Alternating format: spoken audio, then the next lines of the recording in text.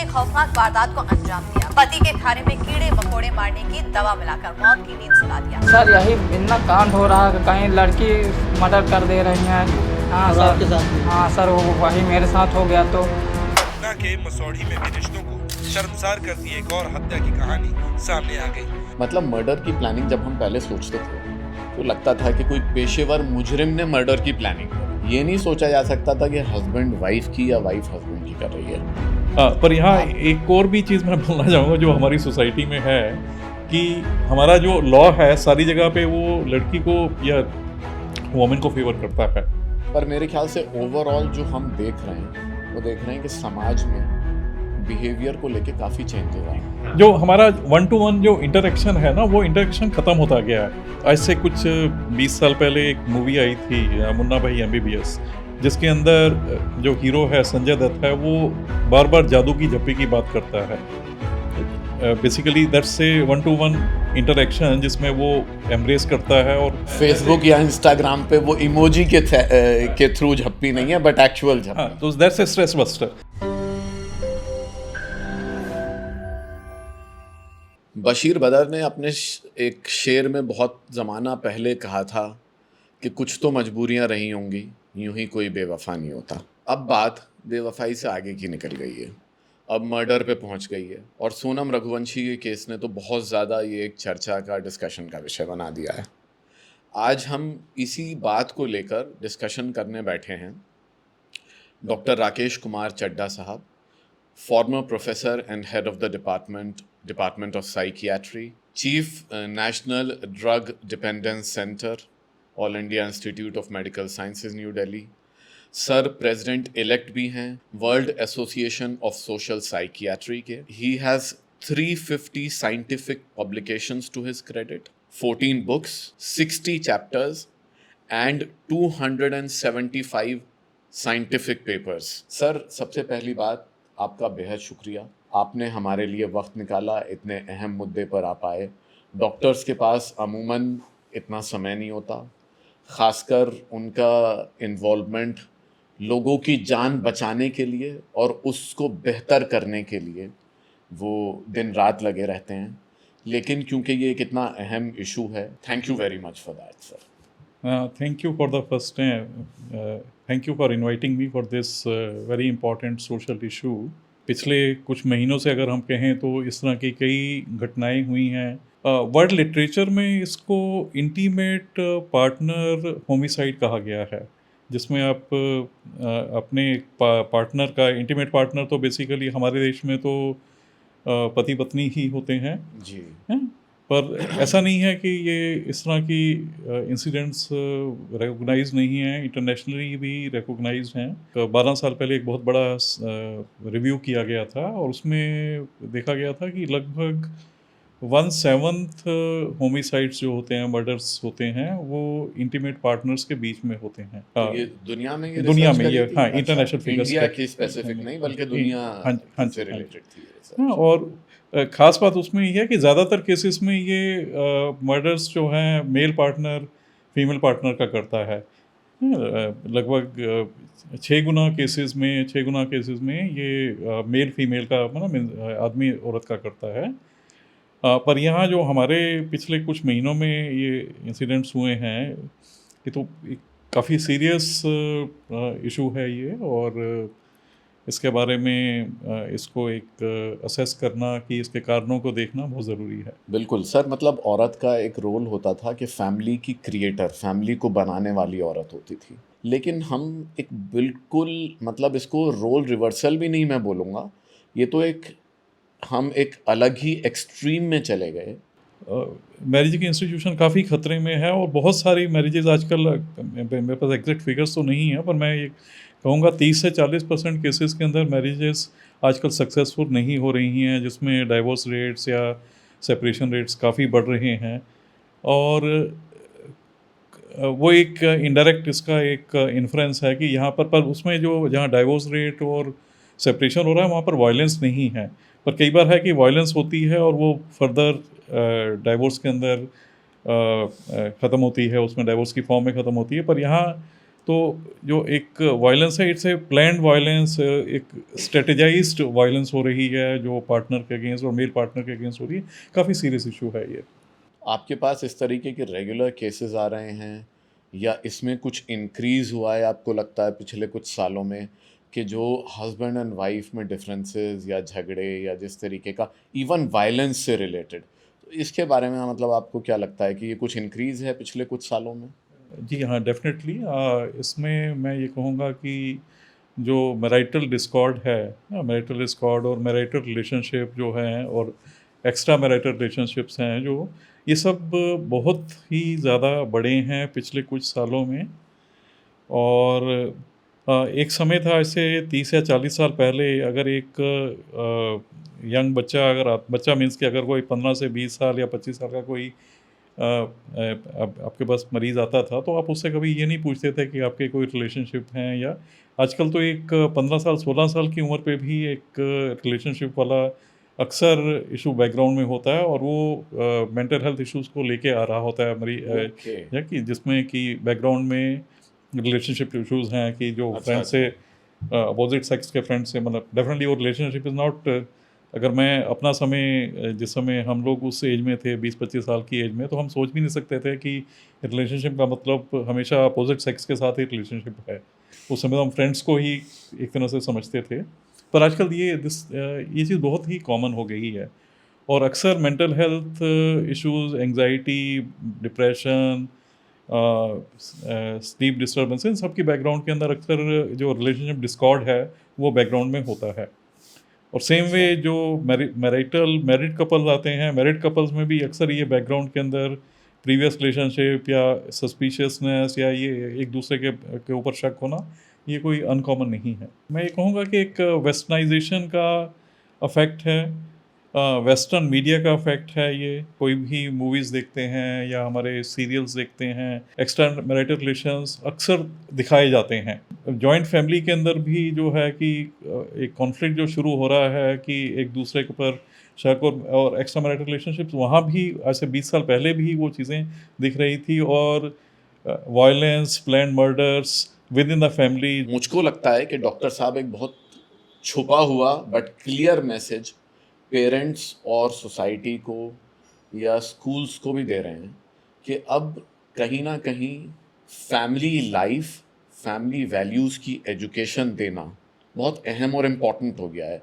मैं सही समझ पा रहा हूँ इस बात को? बिल्कुल बिल्कुल। मैं एक वहाँ भी मैं कहूँगा कि अगर पेरेंट्स के अंदर अगर कॉन्फ्लिक्ट, अगर एक आदमी अपने पेरेंट्स में, माँ बाप के अंदर आपस में कॉन्फ्लिक्ट टाइप का नहीं देखता है, तो बच्चा भी वही चीज़ें, वो भी वैसी कॉन्फ्लिक्चुअल सिचुएशन के अंदर नहीं जाएगा। ये एक सिस्टमैटिक तरीके से स्कूल्स में इसका कुछ करिकुलम इंक्लूड होना चाहिए।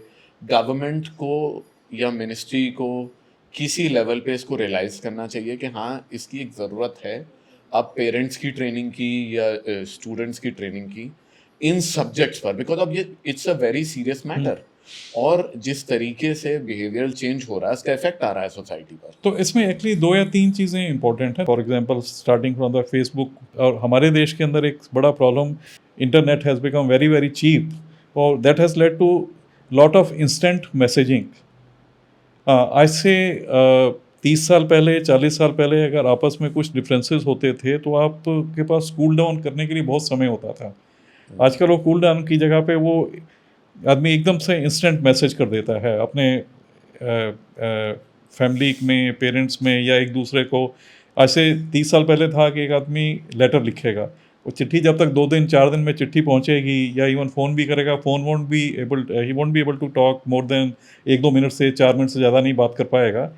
तो आजकल तो जो इंस्टेंट मैसेजिंग है, व्हाट्सएप चैट्स हैं, तो ये सब जो हैं स्ट्रेस को, रिलेशनशिप को रैदर बिगाड़ती हैं। तो ये इसका भी काफ़ी रोल है। जब इस तरीके के कपल्स आपके पास आते हैं और ख़ासकर अगर उसमें वायलेंस हुआ है, मान लीजिए, आप क्या एडवाइस देते हैं? हाँ, उसमें हमारा बेसिकली सबसे इम्पोर्टेंट होगा कि बिकॉज कोई भी वायलेंस एकदम से तो नहीं होगा, है मीन्स पहले आर्गूमेंट्स होंगे या कुछ आपस में डिफरेंसेस होंगे। सो उसको किसी भी इस प्रॉब्लम को मैनेज करने का मेथड है मीन्स, सो गोइंग इनटू, मतलब उसमें एक उसको कूलिंग पीरियड देना इम्पॉर्टेंट है। अब कूलिंग पीरियड बेसिकली जो भी ये इस तरह के इंसिडेंट्स हो रहे हैं, आर्गूमेंट्स हो रहे हैं leading to violence, misjudgements होते हैं, मिस इंटरप्रिटेशन या मिस जजमेंट्स होते हैं, तो अगर उसी को अगर आप ठंडे दिमाग से सोचेंगे तो उसका सोल्यूशन निकाला जा सकता है। अब ठंडे दिमाग से रखने के लिए, सोचने के लिए you need to manage stress, कि स्ट्रेस नहीं होनी चाहिए। और स्ट्रेस को मैनेज करने के लिए there are some basic principle जो हम फॉलो नहीं कर रहे हैं आजकल, हैं, जिसके लिए जो एक मेरी अक्सर बेसिकली मैं सबको ये 3 या 4 सजेशंस देता हूँ। Sleep for 7-8 hours, have regular sleeping and regular time पे आप सोएं, जागें। ये नहीं है कि रात के 3 बजे तक 2 बजे तक आप मैसेजिंग कर रहे हैं। अगर वो आप करते हैं तो उसका आपकी जो स्ट्रेस लेवल्स हैं आपके उसमें बढ़ते हैं, और स्ट्रेस लेवल बढ़ते हैं और आपका, और मैसेजिंग आप करते हैं इस तरह की इंस्टेंट मैसेजिंग, तो आपकी वो सारी जो इंटरपर्सनल रिलेशंस हैं उसको बिगाड़ता है वो। मैं एक सवाल पूछना चाहता हूँ जी। सर, और ये मैं थोड़ा सा क्योंकि इस टॉपिक पे पढ़ रहा था, रिसर्च कर रहा था। हमारी सोसाइटी में, खासकर इंडिया में, बहुत सी चीज़ चेंज हो रही है, लेकिन क्या आज भी आपको लगता है डिवोर्स जो है वो टैबू है, एक तरीके से कलंक है आज भी? कलंक वर्ड तो मैं यूज़ नहीं करना नहीं चाहूँगा, कलंक तो थोड़ा सा ज़्यादा, चलिए कलंक एक थोड़ा एक्सट्रीम वर्ड हो गया। क्या डिवोर्स स्टिग्मा कह सकते हैं हम उसको, स्टिग्मा से स्टिग्मा, हाँ, किया जा जो रहा है, डिवोर्स का stigmatized है हाँ अभी भी? स्टिग्मेटाइज है, बट उसका जो स्टिग्मा लेवल है वो काफ़ी कम हो गया है। जो आज से आप 25 या 30 साल पहले जो आप समझते थे उसके कंपैरिजन में तो बहुत कम हो गया है। मैं ये क्यों पूछ रहा हूँ, मैं आपको बताता हूँ, क्योंकि हम ये सोसाइटी में अपनी देखते आए हैं, और आप ऑब्वियसली आप बहुत सीनियर हैं, आपने मुझसे कहीं ज़्यादा देखा है उसको, कि कहीं ना कहीं मैरिज की सक्सेस का जो एक प्रेशर है वो हमेशा फीमेल पर रहा। मतलब जब पेरेंट्स ने शादी करी तो उसको बोला, अब तुम्हारी हम देखो शादी कर रहे हैं, यहाँ भेज रहे हैं, अब तुम्हें अपने पति का ख्याल रखना है, ये मैरिज अच्छी करनी है, सक्सेसफुल करनी है। उसको इतना प्रेशराइज कर दिया गया ऑलरेडी उस चीज़ के लिए कि अब ये तो समझो कि तुम्हारा लाइफ साइन हो गई है। तो क्यों हमने इतना मुश्किल बना दिया उसको, या ऐसे स्टिग्मेटाइज कर दिया कि मारना एक ऑप्शन एक्सट्रीम जो है वो आसान लग रहा है? देखिए यहाँ पर मैं एक और चीज़ कहूँगा कि ये जो 3 या 4 इंसिडेंट्स पिछले 5-7 महीने के अंदर हुए हैं, ये हाईलाइट हुए हैं हाँ, सर? ये हाईलाइट हुए हैं। अदरवाइज जैसे मैं रिसर्च कर रहा था, और आपने भी करी होगी यहाँ पे आने से पहले, मतलब इट्स काउंटलेस। किसी भी मैरिज सर के अंदर, कॉफी। हाँ, जी, जी। किसी भी मैरिज में जो है जी। कि ज़्यादा बर्डन जो है कि वो लड़की पर रहता है हमारी सोसाइटी में। पर यहाँ एक और भी चीज़ मैं बोलना चाहूँगा जो हमारी सोसाइटी में है, कि हमारा जो लॉ है सारी जगह पे वो लड़की को या वुमेन को फेवर करता है। तो एक वो भी बैकग्राउंड में है, एंड समटाइम जो ये रिलेशनशिप में एक्सप्लॉयटेशन भी होता है, एंड लड़की को लगता है कि मेरे राइट्स जो हैं शायद ज़्यादा प्रोटेक्ट होंगे लॉ से होंगे, तो and that gives her a false kind of confidence और false kind of means power, कि जिस बैकग्राउंड में वो इस तरह के एक्शंस ले सकती है। मतलब आप मेरे ख्याल से जिस बात की बात कर रहे हैं वो ये है कि कई बार फॉल्स केसेस मान लीजिए लगा दिए जाते हैं डाउरी से रिलेटेड, वो एक अलग इशू है। पर मेरे ख्याल से ओवरऑल जो हम देख रहे हैं वो देख रहे हैं कि समाज में बिहेवियर को लेके काफ़ी चेंजेस जी, definitely। बहुत फास्ट पेस पर आ रहे हैं जी। अब हम उसको वेस्टर्न मीडिया का इन्फ्लुएंस बोलें या जो भी बोलें, ये बदलता वक्त है, लेकिन कहीं ना कहीं एज अ सोसाइटी हम उन इश्यूज को टैकल करने में लैग कर रहे हैं। जी जी जी। आपका क्या सजेशन है कि क्या होना चाहिए उसको टैकल करने के लिए? आपने you have been a former professor and head of department of psychiatry at AIIMS. मैं बोल रहा हूँ ना, जो एक स्ट्रेस बस्टर्स हमें क्रिएट करने हैं कि स्ट्रेस को मैनेज करने के लिए, और उसमें हम 5-7 चीज़ें हैं जो काफ़ी इम्पॉर्टेंट हैं उसके अंदर। मतलब बिसाइड्स क्रिएटिंग सोशल वैल्यूज़, जो क्रिएटिंग सोशल वैल्यूज़ वो भी एक तरह से एक स्ट्रेस बस्टर का काम करता है, जिसमें एक ड्रग्स अल्कोहल का चलन बहुत बड़ा है, एक वो बैकग्राउंड में है। दूसरा है कि जो हेल्दी लाइफस्टाइल का जिसका पार्ट है कि आज से 30 या 40 साल पहले लोग जनरली 9 से 5, 9 से 4 काम करते थे, 6 बजे घर में रहते थे, फैमिली के साथ टाइम स्पेंड करते थे। पिछले 30-40 साल के अंदर जो एक आउटडोर गेम्स हैं या फैमिली के साथ टाइम स्पेंड करने वाला, वो बहुत कम होता गया है। वो अगेन यहाँ पर हमारा जो स्टार्टिंग हुई मीडिया से, visual TV channels, video channel से स्टार्ट हुआ, उसके बाद ग्रेजुअली इंटरनेट के साथ में अब तो इंस्टेंट भी आपके पास सैकड़ों मेथड्स हैं जिसमें आप you are glue to the screen, glue to the more often आप अपने मोबाइल की ही स्क्रीन पर आप लगे हुए हैं, उसी को देख रहे हैं। और जो one to one face to face interaction है वो ख़त्म होता गया है। आज से कुछ 20 साल पहले एक मूवी आई थी मुन्ना भाई MBBS, जिसके अंदर जो हीरो है संजय दत्त है, वो बार बार जादू की झप्पी की बात करता है। Basically that's a one to one interaction जिसमें वो एम्ब्रेस करता है। और फेसबुक या इंस्टाग्राम पे वो इमोजी के थ्रू झप्पी नहीं है, बट एक्चुअल झप्पी। हाँ, तो दैट्स ए स्ट्रेस बस्टर।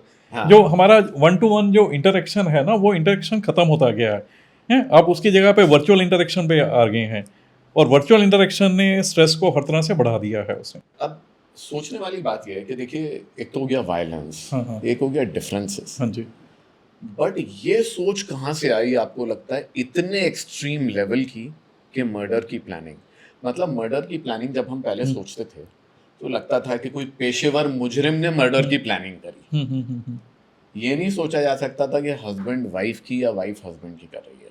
अच्छा चलिए, हस्बैंड तो एक फिर भी ये कहा जा सकता है कि मर्द वायलेंट रहा है या ज़्यादा वायलेंट रहा है, बट फीमेल जो केयर गिवर थी, जो फैमिली को बनाने वाली थी, वो एक सोची समझी प्लानिंग के तहत मर्डर कर रही है।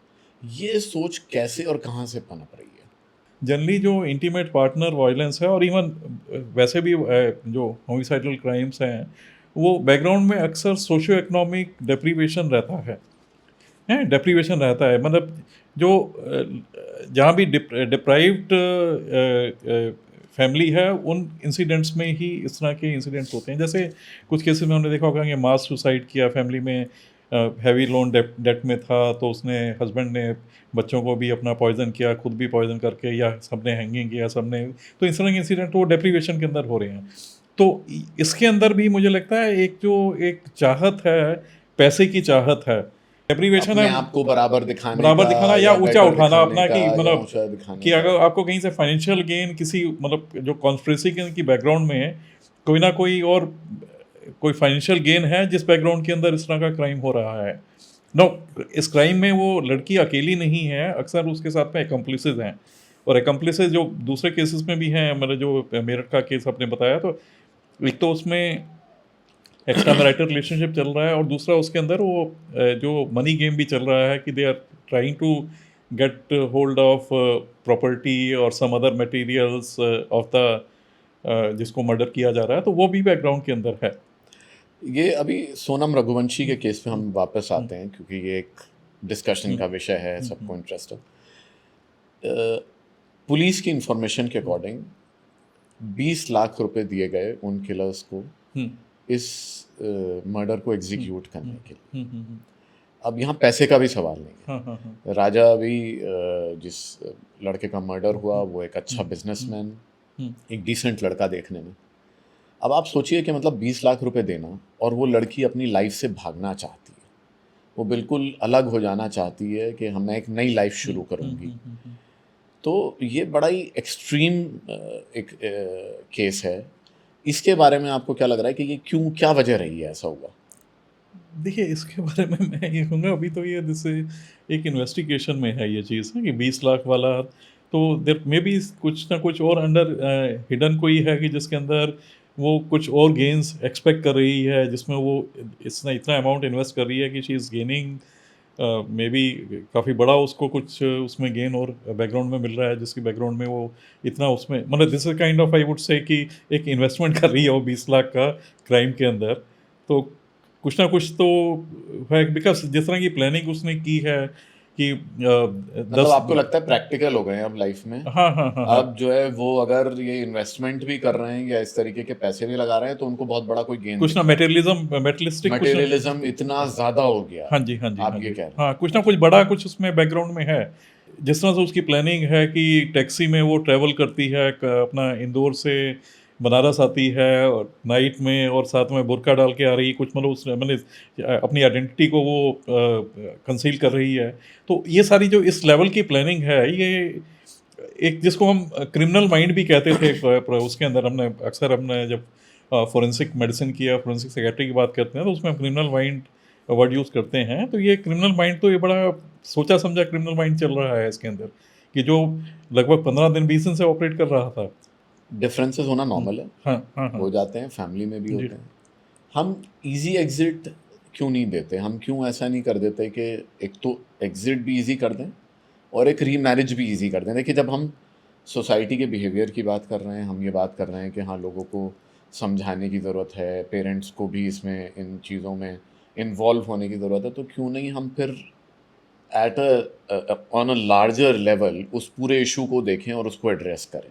पर हमारे यहाँ पर जो मैरिज की इंस्टीट्यूशन को बहुत ज़्यादा वैल्यू दिया गया है, बहुत ज़्यादा, और डाइवोर्स को उतना ही डिफ़िकल्ट बनाया गया है, और डाइवोर्स केसेस अक्सर 10-10, 15-15 साल तक चलते रहते हैं।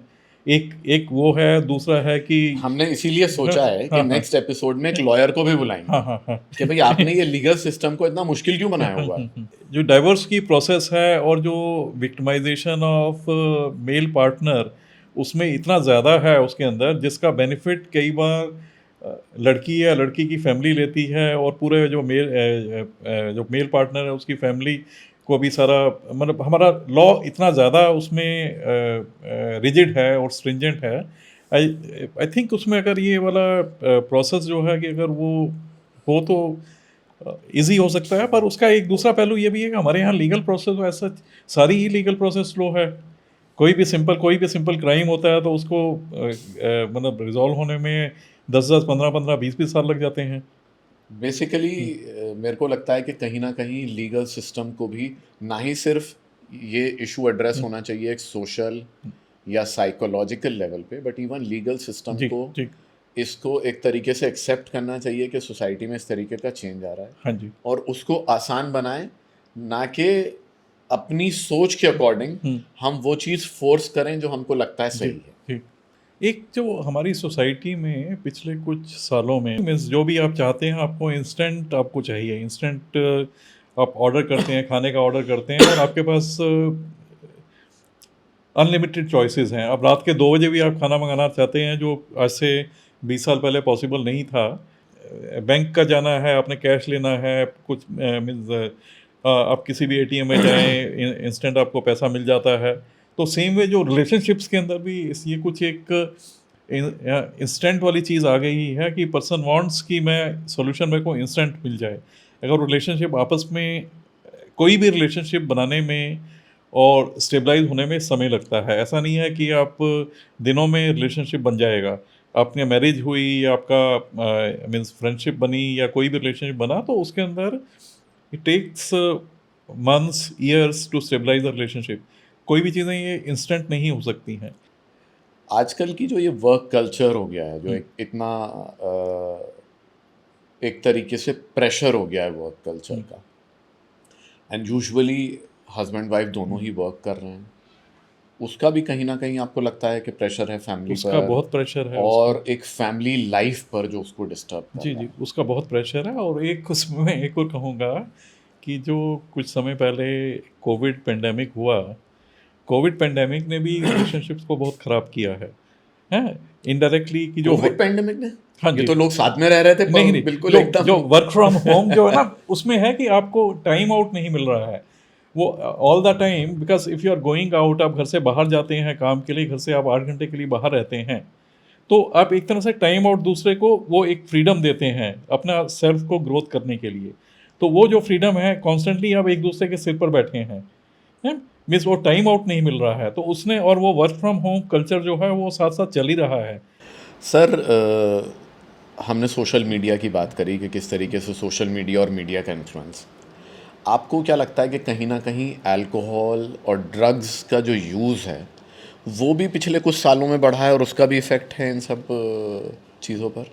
हाँ, डेफिनेटली जो अल्कोहल और ड्रग्स का यूज़ बहुत बड़ा है। मैं कहूँगा कि पीपल लेते हैं, कि लोग लेते हैं कि कोई भी ड्रग या अल्कोहल जैसे है कि वो स्ट्रेस को कम करता है, पर इन रियलिटी वो स्ट्रेस को कम नहीं करता, स्ट्रेस को बढ़ाता है। सर, आपका एक बहुत लॉन्ग करियर रहा, आप कोई ऐसा प्रैक्टिकल इंसिडेंट जो आपको लगा था कि बहुत ही मतलब जिसने आपको हिलाया या इफ़ेक्ट किया, कि वो एक बिल्कुल सोच से अलग के कुछ इंसिडेंट थे जो आपने फेस किए, जो आप बताना चाहें अपना एक्सपीरियंस? हाँ हाँ, एक जैसे मैं अभी आपको हुआ कि ये लगभग 15 साल पुरानी बात है कि पेरेंट्स लड़की को लेके आए हैं मेरे पास। शी वाज जस्ट 15 और 16 15 और 16 ईयर्स। एंड शी सेइंग कि पेरेंट्स मेरे को वो नाइट आउट अलाउ नहीं करते हैं। नो, पेरेंट्स का स्टेप बिल्कुल जो डिसीजन है बिल्कुल सही है कि दे डोंट वांट टू कि उसको एक्सपोज नहीं करना चाहते हैं कि नाइट में बाहर रहेगी, कहाँ जाएगी, कुछ उसमें है। आपको बड़ी इंटरेस्टिंग बात बताऊंगा इसी में, मैं सिर्फ जोड़ रहा हूँ, आप कंटिन्यू कीजिएगा। हाँ। कि मेरी एक और डॉक्टर साहब से बात हो रही थी और ये शायद 5 ईयर्स 7 ईयर्स बैक। तो वो अपनी बिटिया का एडमिशन कराने कहीं स्कूल में जा रहे थे, उनकी वाइफ भी साइकियाट्रिस्ट हैं। तो उन्होंने कहा, and he was very concern, उन्होंने कहा कि आजकल केसेस इस तरीके के इतने बढ़ गए हैं कि अगर वो बच्ची अपने दूसरे फ्रेंड्स के साथ नाइट आउट्स में या पार्टीज में इन्वॉल्व नहीं हो रही है तो वो लेफ्ट आउट है, उसको स्टिग्मेटाइज कर दिया जाता है ग्रुप में कि ये जैसे अछूत वर्ड, मतलब एक तरीके से अछूत तो नहीं लेकिन उसको लेफ्ट आउट कर दिया जाता है, आउटकास्ट कर दिया जाता है। तो मतलब ये भी प्रेशर है। फिर मतलब क्या हुआ उस केस में आपने? तो बेसिकली उसका जो उनका पेरेंट्स के साथ में कॉन्फ्लिक्ट का वही था, उसमें बैकग्राउंड में ही था। तो मैंने तो डेफिनेटली मैंने काउंसिल किया, मैंने उसको रिस्क जनरली बताया कि means why their parents are, क्यों वो रेस्ट्रिक्ट कर रहे हैं, और उसको मतलब उस तरह से हमने काउंसिल किया, करने की कोशिश की उसको। सर हम इस कॉन्वर्सेशन के एंड पर आ रहे हैं और ये कॉन्वर्सेशन अभी शुरू ही हुई है सोसाइटी के लेवल पर। हमारा ये पॉडकास्ट की कॉन्वर्सेशन ज़रूर ख़त्म हो रही है, पर मैं ये लोगों को बोलना चाहूँगा कि ये कॉन्वर्सेशन अभी शुरू ही हुई है सोसाइटी के लेवल पर और ये आगे बढ़नी चाहिए, इन इश्यूज़ को एड्रेस करना चाहिए। कंक्लूजन में आप क्या कहना चाहेंगे? हाँ, एक तो मैं कहना चाहूँगा कि एक time out, give time for stabilising the relationship. दूसरा है stress busters, means look into what is causing stress और उसको स्ट्रेस को आप ठीक से डील करें, जिसमें लाइफ स्किल्स एक इम्पॉर्टेंट है। डिस्कस करें जिसमें आप कन्फाइड कर सकते हैं। वो एक टाइम आउट भी करेगा, वो एक सोल्यूशन भी प्रोवाइड करेगा।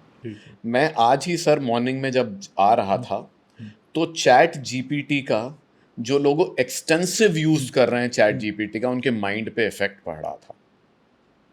और वो फिगर्स मुझे याद नहीं है अभी बिल्कुल एग्जैक्ट, लेकिन उसका इतना एडवर्स इम्पैक्ट हो रहा है जो लोग एक्सटेंसिव यूज़ कर रहे हैं चैट जीपीटी का, कि इट इज़ शोइंग कि 70%, nearly 70% of the brain is not functioning anymore, बिल्कुल, क्योंकि वो अपने हर सोल्यूशन के लिए चैट जीपीटी में आंसर ढूंढ रहे हैं।